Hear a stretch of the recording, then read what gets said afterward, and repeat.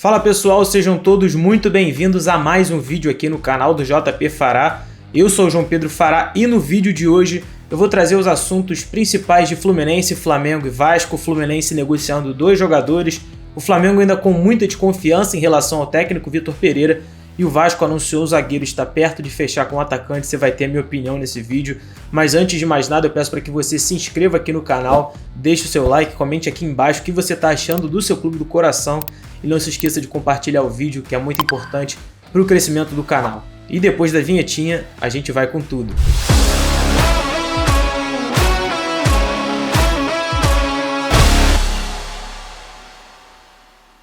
No futebol existem momentos em que jogadores e clubes precisam se distanciar. E no caso do Fluminense, a saída do Iago Felipe, que foi negociado para o Bahia por quase 10 milhões de reais, é um momento necessário para que os dois, tanto o Fluminense quanto o Iago Felipe, consigam seguir em frente.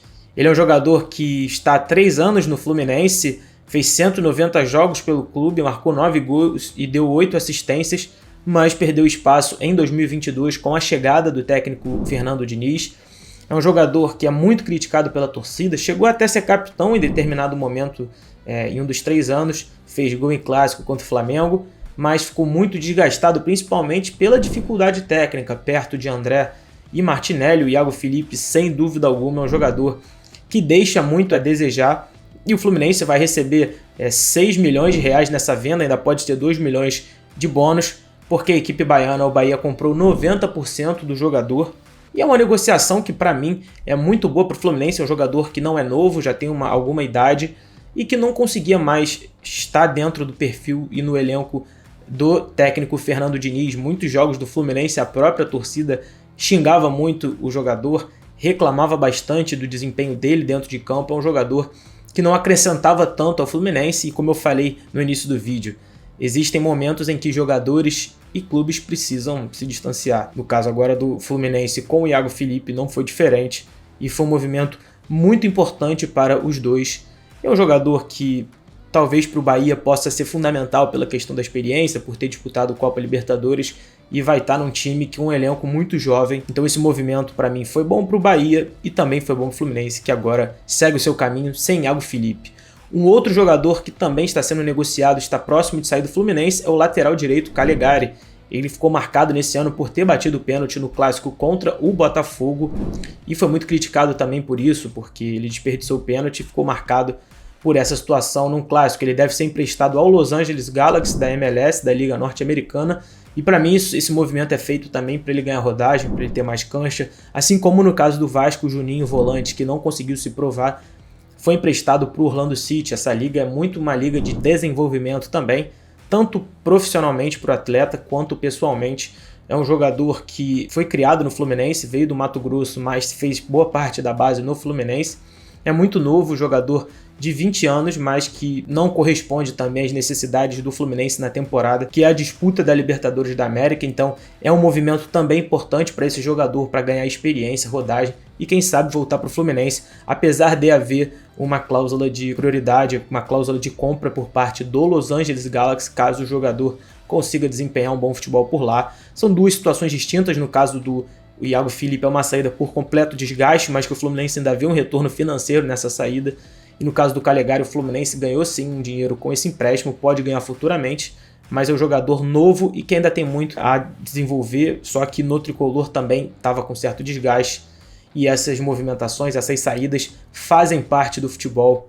E vamos ver como o Fluminense vai repor essas saídas, se vai se preocupar com o elenco de base, o elenco da rodagem, para um ano que vai ser muito inchado com Copa do Brasil, Campeonato Brasileiro e Libertadores da América. Deixa aqui nos comentários o que você acha dessas saídas de Iago Felipe e Calegari. Agora falando do Flamengo, o Flamengo, como todo mundo sabe, perdeu o jogo de ida da Recopa Sul-Americana, uma atuação muito ruim do rubro-negro, com os 4 na frente, Everton Ribeiro, Gabi, Arrascaeta e Pedro, mas o time jogou muito mal. Talvez ali quem tenha se salvado tenha sido o Vidal, que mesmo tendo tomado o cartão amarelo, fez uma partida muito acima, inclusive, do que eu achava. Ele marcou muito, deu carrinho, deu combate. Jogador que mostrou muita disposição dentro de campo e que foi fundamental ali para segurar esse meio do Flamengo, que estava muito desorganizado. Rodam vários vídeos na internet da desorganização tática do Flamengo, que eu sempre bati nessa tecla, o fato de jogarem os 4 na frente deixa uma zaga sobrecarregada, e o Flamengo perdeu para um time que é ruim tecnicamente, o Del Valle é ruim tecnicamente, só que esse início de temporada é muito turbulento.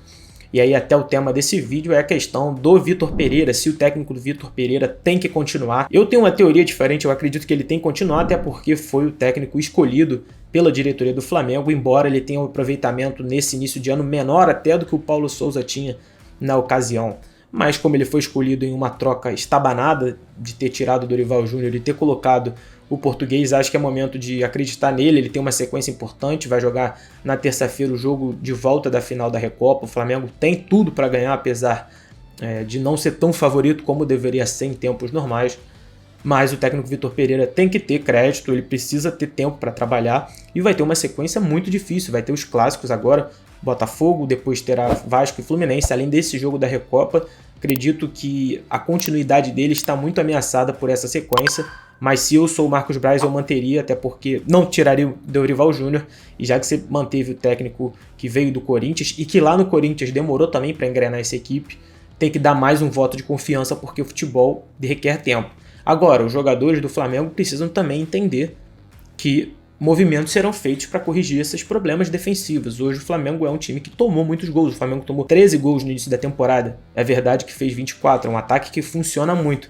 Mas no jogo que não funciona, o Flamengo acaba perdendo, e é o que tem acontecido ultimamente. O Flamengo sofrido muitos gols, mas o técnico Vitor Pereira, para mim, tem que continuar. Também quero saber de você aqui embaixo se você acha que ele tem que continuar ou se é hora de oxigenar e tirar o técnico português para a chegada de um outro comandante. E o Vasco segue se movimentando no mercado, anunciou a contratação e apresentou o zagueiro Manu Capasso, que chegará para ser titular ao lado do zagueiro Léo. Na entrevista coletiva que ele concedeu à imprensa na quarta-feira de cinzas, ele disse que conhece bastante o clube, estudou bastante a história e que pode jogar dentro de campo tanto pela esquerda quanto pela direita. A tendência é claro que ele jogue pela direita ao lado do Léo, que faz um início de temporada brilhante, mas eu gostei muito do que eu vi. Mostrou ser um zagueiro sério, um cara muito interessado em aprender o estilo de jogo do futebol brasileiro.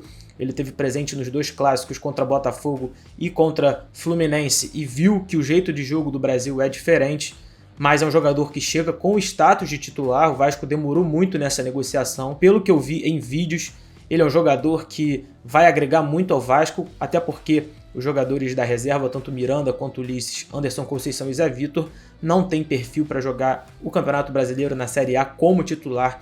Então, Manu Capasso chega para dar esperança ao torcedor vascaíno, que também está ansioso para ver se o atacante Lelê, um dos principais jogadores do Campeonato Brasileiro e que está no Volta Redonda, vai realmente acertar com o Vasco.